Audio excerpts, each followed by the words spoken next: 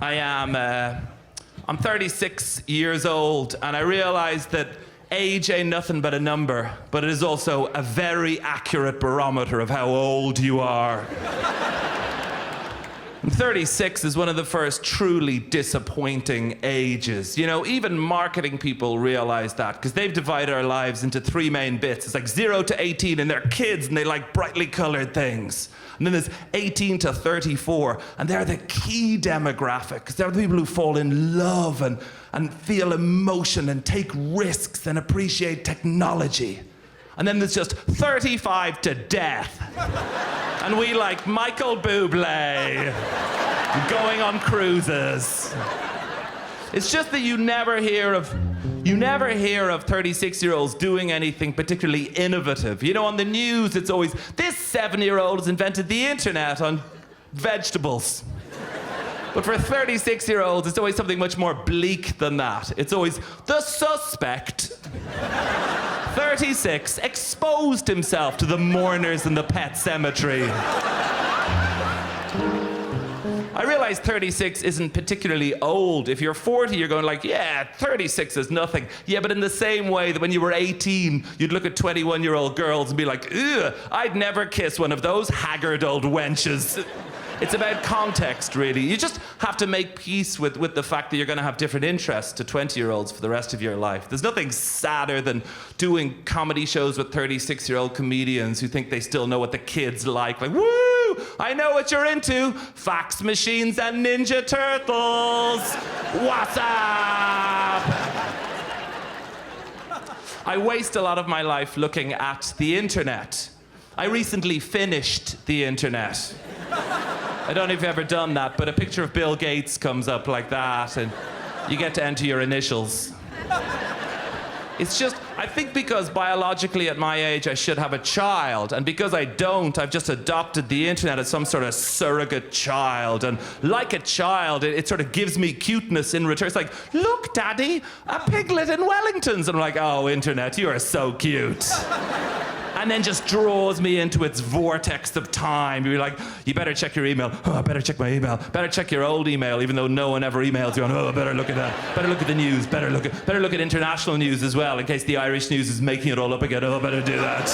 Better look at eBay to see if there's tiny keyboards for sale. Oh, better look at dotanddistress.com, even though I couldn't possibly foster a puppy. And then somehow it's 3 hours later and I'm lying on the floor of my bedroom looking at No Doubt videos from 1996. It's true, she is just a girl in the world. This is a song about technology. My friend was in a restaurant on a date, and the date was going really badly. The guy was the most boring and stupid guy I'd ever been on a date with, or he's wondering why he'd gone on a date with such a boring and stupid guy. Just then, the boring and stupid guy got up and went to the loo, and my friend decided to send a text message to another one of our friends outlining the ways in which the guy was both boring and stupid, and including in it some direct quotes of things that he'd said that were boring and stupid. But when the boring and stupid guy came back from the loo, he could barely talk, and he'd obviously just been crying. And my friend realized that he'd sent a text to the person the text was about. Yes, he'd sent a text to the person the text was about.